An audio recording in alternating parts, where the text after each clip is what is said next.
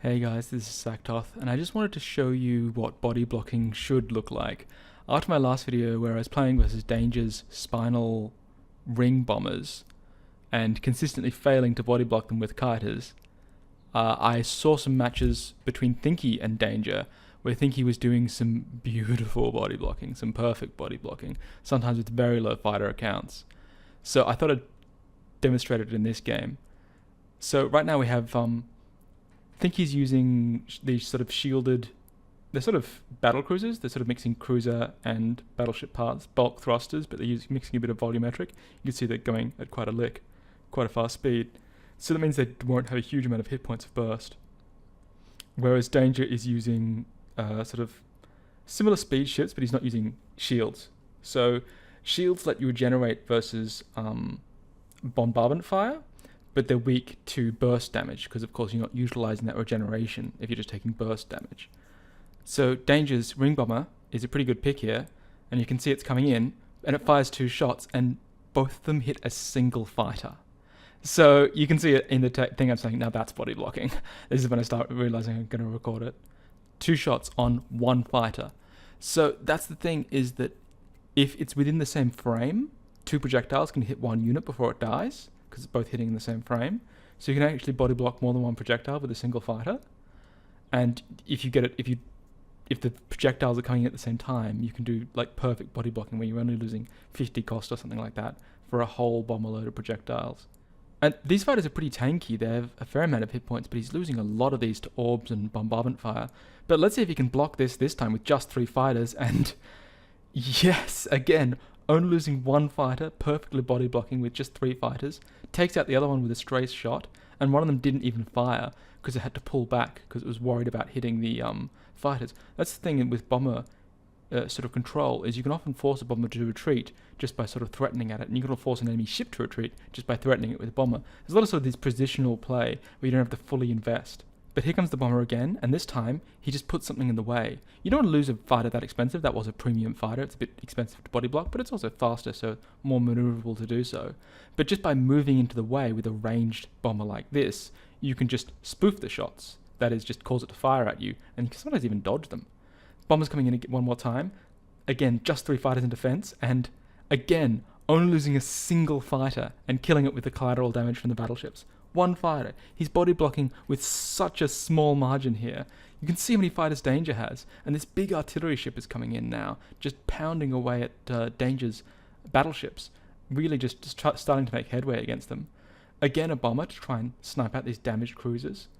Danger's really trying to make this work. But I think he has more fighters now, and his battleship count is really starting to diminish. And look at this. The bomber barely gets it at its run before the fighters actually run towards it. When you're moving towards something, you cause it to fire even earlier, which causes the shots to fire quite prematurely. Danger needs to be using the focus fire follow order. You see, again, the fighters just run at him, and he fires. There's not much you can do to prevent that with these ranged bombers. That is one of their weaknesses. Here comes the bomber again, and this time the fighters aren't in position. He tries, but he fails, and they connect. You can see how much damage that does. That was a pretty damaged cruiser already, but if all of those bomber shots had have connected, I think he wouldn't have any ships left. So you can see how much this is saving him. Again, a bomber coming in, no fighters there to intercept. He only got 1 shot off this time, but that took out all of his shields and did a good chunk of his health.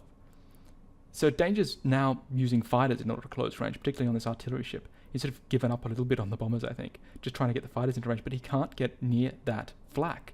You see that flak has a reload mod and 2 damage mods. That's enough. These heavily armored fighters, or medium armored fighters at least, they get obliterated by a flak with 2 damage mods.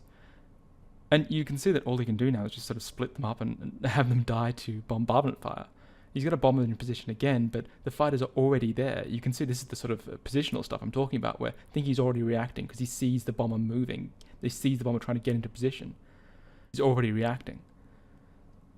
So it looks like Thinky's spawned a bunch of fighters too. I think he might be going in for the kill here. Again, he's just spoofing the shots from the bomber, just running at it enough to spoof its shots. So this is the downside of using range instead of using a traditional cloaked jump bomber, which can't be spoofed. It just loses it to bombardment damage too as well, because it's not cloaked. So Danger gives up. He sees the fighter swarm coming in, and his battleships are totally out of energy. So while we watch a couple of other clips of Thinky body blocking dangers bombers, I was going to talk about why we added jump drive to the game. I mean, to be fair, a lot of it was jump drive is cool, and we're like, oh, can we do this? That's interesting, yeah, okay, let's do this. But the reason it made the cut, the reason why we're like, no, we can't actually add this to the game, is because at a very high level, it becomes really pretty easy to body block bombers, especially these range bombers, but any bombers can be body blocked fairly successfully if you cluster the fighters closely enough around.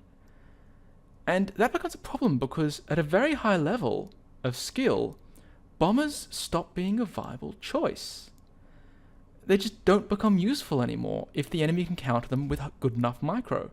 And that means the counter structure of the game sort of breaks down a bit. You have these fast cruisers which sacrifice hit points, just tanking everything that comes at them, for speed so they can dodge projectiles, or for shields so they can regenerate versus long-range bombardment. And the way to get around this sort of things where they can just dodge and regenerate versus everything is burst damage and close range damage. That's what bombers do. That's what they're for. And also, it's a shame because bombers are really fun to use. They're really interesting, they're dynamic, you have to think about positioning and countering. They create all this call and response between the two players as they jockey for position. You can sort of come in from the side and you really got to use your micro on them. You've got to think about where you're using them and how you're using them, what you're shooting at, all this kind of stuff. Fighter swarms can be automated. You can put them on an AI.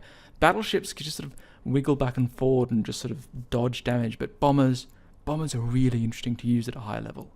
So if you can't use them at a high level, that's bad in a lot of ways. Jump drive, however, you can jump into someone's hit volume. You need to be like using a melee range weapon for it to work, but you can jump inside their hit volume, and that means you cannot be body blocked. So this gives you a way to ensure that you can overcome body block, and that at a high level, bombers, ring bombers in particular, are still useful, and so the things that they target, the things that they're good against, still have a predator, still have a counter in their suite. It's not like you could just remove the counter structure with enough micro. So I think in the end, this is really, it's a lot healthier than what we had before. So I hope in that game you really saw some really good body blocking for a change, and just how effective it can be, and why, what sort of effects that has on the mechanics of the game. If you want to see the next video, make sure that you subscribe so you can see it as soon as it comes out, and I'll hope to have that up soon.